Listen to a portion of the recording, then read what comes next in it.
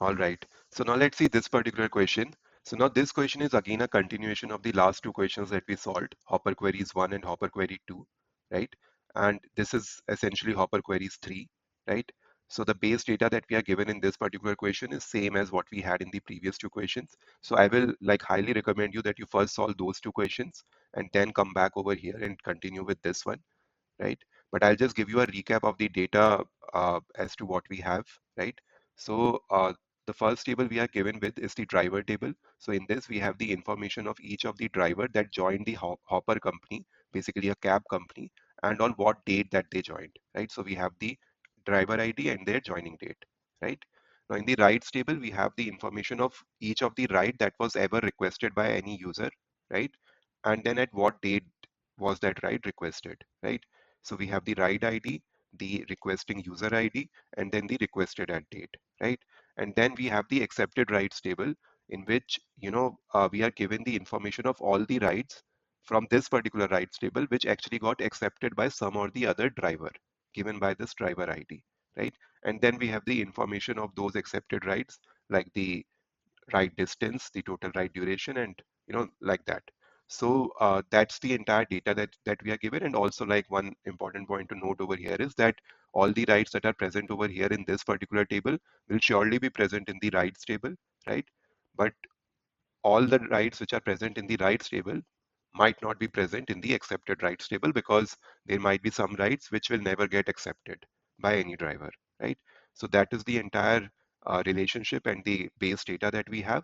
Now what we need to do is, in this particular question, we need to write a solution to compute the average ride distance and average ride duration of every 3-month window starting from January to March in 2020 to October to December 2020, right? So essentially what we are saying is that for every month of 2020, right, we need to find the average ride distance and the average ride duration. And then the definition of average ride distance for any month is that sitting on that particular month, I need to see the ride distance, the total ride distance for that particular month, and the subsequent, like the following 2 months as well, right? So for example, sitting on month one, I have to see the ride distance for month one. I have to also see the ride distance for month two, and also the ride distance for month three, right? And then I will take an average of these 3 months to get the average ride distance for month one, right? And similar thing I will do for the average ride duration as well, right? So sitting on any particular month, I will be considering the average ride distance and average ride duration for that particular month, the current month itself, and then also the average ride the ride distance and the ride duration for the subsequent 2 months, the following 2 months, right? And then I will be taking an average of, these ride distance and the ride durations, and that will be my average ride distance and average ride duration for that particular current month, right? So I will be doing this for all the months of uh, 2020, but then I will be only going till October, because November and December won't be having two following months left, right? Because we only have to do it for the year 2020 again, right? So in the November, for example, I will just have November and December. I won't have a third month, right? I won't have a second following month after November. So that's why we are just doing it till October only. And I hope you got the definition of the average ride distance and average ride duration. We have to consider, the current month and the following 2 months to form a 3 months window, as they are saying, right? Like this. And then we have to calculate the average ride distance and average ride duration for all those 3 months. And that will be the average ride distance and average ride duration for the current month, right? So I hope now it is very clear. And what they're also saying is that we can essentially round these averages to the nearest two decimal places, right? And also the average, now they are basically formally defining the average ride distance and average ride duration. So it's the same thing that we just discussed, right? And then we can just return the result table ordered by the month in the ascending order, right? Where month is the starting month's number, correct? So that is it, like that's the question entirely. Now maybe you can just pause this video and try to think of a solution. And once you are done, you can just come back and check the solution. Okay. Okay, so now to solve this particular question, see what we can do is we can first of all just join these two tables, right? Because see, we are interested in the ride distance and ride duration for the accepted rides, right? Because that's the information we have, correct? So what we can do is we can just join these two tables so that we get the requested add date for all the accepted rights, right? And then what we will do is we will extract out the month number from this requested add date for all the accepted rights over here, right? And then what I can do is I can group by on the month number, and then we can find the total write distance and total write duration for every month, whichever is available in the rights table, right? So essentially we are saying that we will be taking the sum of the write distance and write duration for every month from the accepted rights table, right? And this requested add date will be coming from the rights table, and so that's the reason we would be joining these two tables. That's the only reason of joining, right? And now once we have the uh, total write distance and total write duration for every month, we can just now take the lead of the following two rows from every month and take their write distance and write duration and then add it with the current row and then divide by 3 to get the average write distance and average write duration for that particular month, right? So now we can make use of the lead function over here sitting on current row. We can get the write distance and write duration for the next two rows, and that next two rows will be nothing but the next 2 months, because while taking the lead we can just order by the month number, right? So that's how we will always be getting the next 2 months write distance and write duration, right? And those two numbers then we can just add with the current write distance and write duration respectively and divide by 3 to get the average write distance and average write duration for the current month, right? So that's the approach that we are going to follow. We are going to make use of lead over here. And now maybe let's jump to the ID and start writing a query for this. All right, so now let's implement the query that we discussed, right? So first of all, what we need to do is we need to group by each month and then find the total write distance and total write duration for every month from the accepted writes table, right? So what I can do is I can just select from my accepted writes table like this, and I can inner join with the rights table because that's where my date is, right? And then what I can do is I can join it on a dot write id equal to b dot write id like this, right? And I can put a where clause over here to just take the dates or the months for the year 2020, right? Because that's what I'm concerned with. So I will take the year part of requested at date like this and filter it only on 2020, right? And that's what we are doing. Now what we can do is we can just group by the year and the month like this, requested at and month, right? Like this. And I can also select this, right? I can just select the month maybe, right? Like this. And this I can alias as month. And now for each month, I need the sum of the write distance like this. I can also alias this as write distance. And I also need the sum of the write duration like this. And again, I can alias this as write duration like this, right? So this will give me monthly total write distance and total write duration, right? Now, if I just run this and check the results, so if you see for every month, I have the write distance and write duration. But now again, we have the same problem that we don't have it for all the months, because for the months where there were no accepted writes, basically, we will not have a record at all in the base data, and also we won't get a record over here in this result set.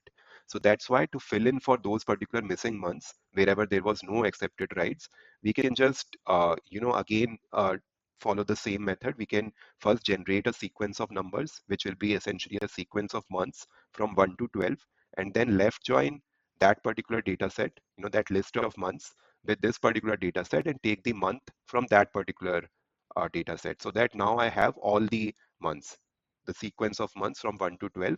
And then wherever there is no matching month over here in this result set, I will get write distance and write duration as null, which I can coalesce to 0, right? That's how for every month then I will have a record, and for whichever month there was no record originally, I will get 0 as the write distance and write duration, which is pretty meaningful, right? So what I can now do is I can just create that sequence of months. I will have to use a recursive CT for that. So I will say CT all months maybe. And now what I will do is I will just select 1 as month, like this. And yeah, I think that's it. And then I can just, this will be my anchor member, and then I will union it with my recursive member, and I will select from this CTE itself.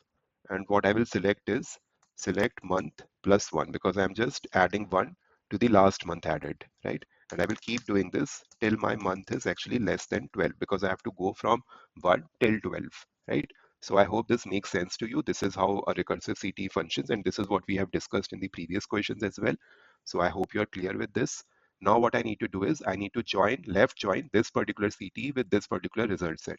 So before doing that, let me also take this particular result set in another CT. I can call it as CT underscore aggregate, maybe like this, right? Like this. And of course, I'll have to put a comma over here. And now what I can do is I can just left join these two data sets. So I can say CT all months, left join CT aggregate, right? And I can join this on A dot month equal to B dot month, right? And now I can just select A dot month over here to get all the months, right? And I can just select the B dot write distance from here and B dot write duration from here, right? Now, if I run this, I will get nulls for, the write distance and write duration wherever there was no matching month in the original data, right? So I can just coalesce those nulls to 0, right? Like this. And I can just alias this back to write distance like this. And I can do the same thing for write duration as well, right? Like this and like this, right? So this is what we are doing. Now if I run this, I will get, this particular output, which is correct for every month. I have an entry over here, and for whichever month there was no accepted write, I would get write distance and write duration as 0, right? So this is correct. Now what I need to do is I need to, actually calculate the average distance and average duration now using the lead function, right? So that I have to calculate on top of this result set.